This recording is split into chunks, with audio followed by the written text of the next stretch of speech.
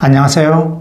류용수 법무사입니다. 개인회생 절차가 어떻게 되죠? 개인회생 신청을 하고요. 보전공고를 고치고 무사히 개시결정이 떨어지고, 그리고 채권자 집회기일에 한번 참석을 하시고, 인가결정을 받으면 이제 인가결정 변제계획안대로 월 변제금을 보통 36개월에서 최장 60개월 동안 납부를 하시면 면책이 됩니다. 즉, 법원에서 최종 절차는 바로 인가결정입니다. 인가결정은 보통 일반 인가결정이 떨어져요. 그러면 인가결정된 변제계획안대로 월 변제금을 납부를 하시면 끝나요. 그런데 간혹 예외적으로 인가결정에 조건이 붙는 경우가 있어요. 그런 인가결정을 조건부 인가결정이라고 합니다. 보통 이 조건에는 어떤 것이 붙느냐? 월 변제금을 내는 기간 동안에 매년 법원에 현재 다니고 있는 직장이랑 월 소득을 신고하라고 합니다. 무슨 말이에요? 월 소득이 높아지면 그 높아진 만큼 계산을 해서 월 변제금을 더 높이라는 얘기입니다. 물론 이렇게 나올 수도 있고요.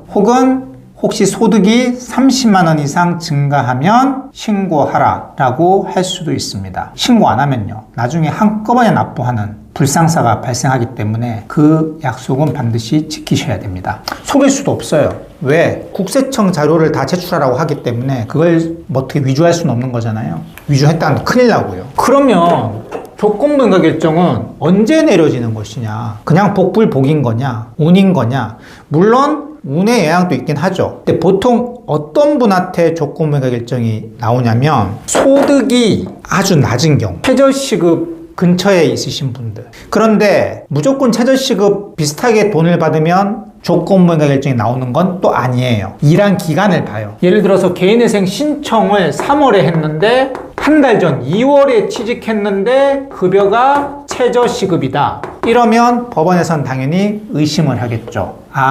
월 변제금 조금 내려고 최저시급 주는데 취업을 했구나. 개인회생 인가결정 나오면 급여가 많은 쪽으로 이전하겠구나. 이렇게 의심이 드는 경우, 이럴 때는 조건부 인가결정이 거의 나온다고 보시면 돼요. 그래서 바로 취업하시고 오시는 분들.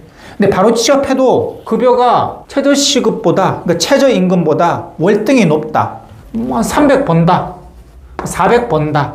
이러면 또 조건부 인가결정 나올 가능성은 적어요. 한마디로 소득이 증가될 가능성이 많으신 분들에게 나오는 겁니다. 조건부 인가결정은. 그리고 사업하시는 분들, 개인 사업하시는 분들, 지금은 상황이 어려운데 법원에서 판단했을 때 지금은 개인 사업이 어려워서 200만 원 번다라고 얘기하는데 경기가 좋아질 수도 있지 않나? 안 좋아지면 할 수 없고 일단은 매년 보고를 해, 이렇게 나오는 거예요. 그래서 사업이 계속 한 달에 200 정도밖에 못 벌면 상관이 없는데 또 개인 사업 하시는 분들은 또 갑자기 소득이 확 증가할 수도 있잖아요. 이런 경우에도 조건부 인가결정이 나올 수 있어요. 그리고 보험 설계사 하시는 분들, 이분들은 어디에 취업되어 있는 게 아니죠. 개인 사업자죠. 이런 분들은 정말 들쭉날쭉이에요. 어떤 달은 정말 100만 원, 어떤 달은 막 1000만 원, 2000만 원 넘으시고 이러신 분도 계시거든요. 법원 또 알아요. 그래서 이렇게 프리랜서인데 매달 변동이 심한 경우, 소득이. 근데 개인회생 신청할 때는 소득이 가장 적은 걸로 신청했어요. 그러면 법원에서는 소득이 높아질 수도 있을 것 같은데 일단 법원에 보고에 이렇게 나옵니다. 이런 분들.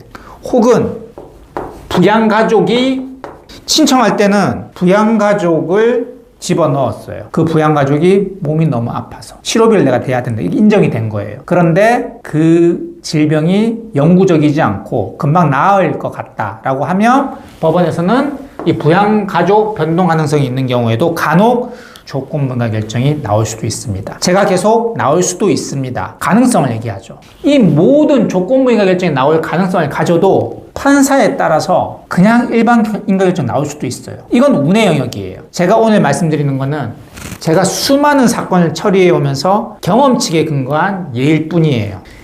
이런 상황에 해당해도 이런 조건에 해당해도 안 나올 수도 있고 이런 거에 해당하지 않는데 조건부가 결정이 나올 수도 있어요. 근데 그런 운의 영역은 아주 작은 부분이니까 큰 부분은 아닙니다. 보통 이런 경우에 조건부가 결정이 나옵니다. 이번 시간에는 어떤 경우에 일반 인가결정이 아닌 조건부 인가결정이 나오는지에 대해서 간단히 살펴봤습니다. 지금까지 류홍석 법무사였습니다. 감사합니다.